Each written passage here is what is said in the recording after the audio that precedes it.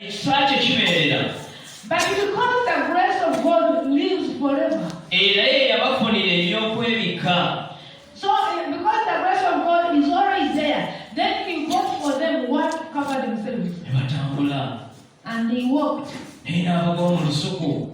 But He chased them out of the garden. Ekibi Sin, kitwawula okuva mu kubeerawo kwa Katonda. it separates us from the presence of God. Kitwawula It separates okuva mu us kisa kya Katonda. it separates us to Yesu God from the yabazibwa grace nnyo. of God. N'otandika okwesalira omusango. Then you begin to judge yourself. N'otandika okuwulira ensonyi. Then you begin feeling ashamed. Naye ekisa kya Mukama But the grace of God weekiri. is available. Yesu yabazibwa nnyo. Era newankubadde nga yayisa Even though He meant to pass, ebikolimo eby'obusago eby'amaanyi eri omwana w'omuntu, even though He meant so these strong curses over over man. kyobola buli muntu akeera ku makya n'akuba ebulangiti n'agenda okukola.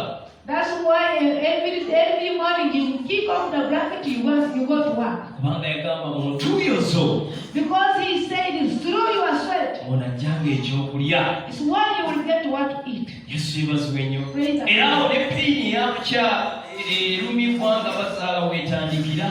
Also, it is where also women we do get labor pains when we Kubanga are agamba Kaawa n'amugamba ojja kufulumwanga mu kuzaala.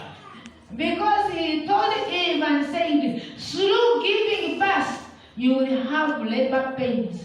Mukama yebazibwe. Praise the Lord. Haleluya. Amen.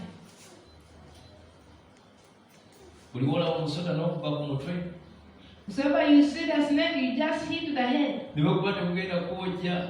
Even that is not going to bite you. Kubanga ekyo Katonda yakirangirira.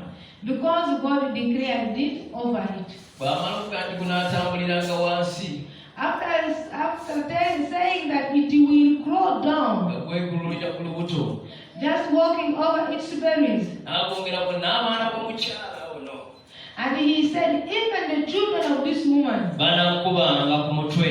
they will hit your head. Yesu yebazibwa ennyo. Praise the Lord.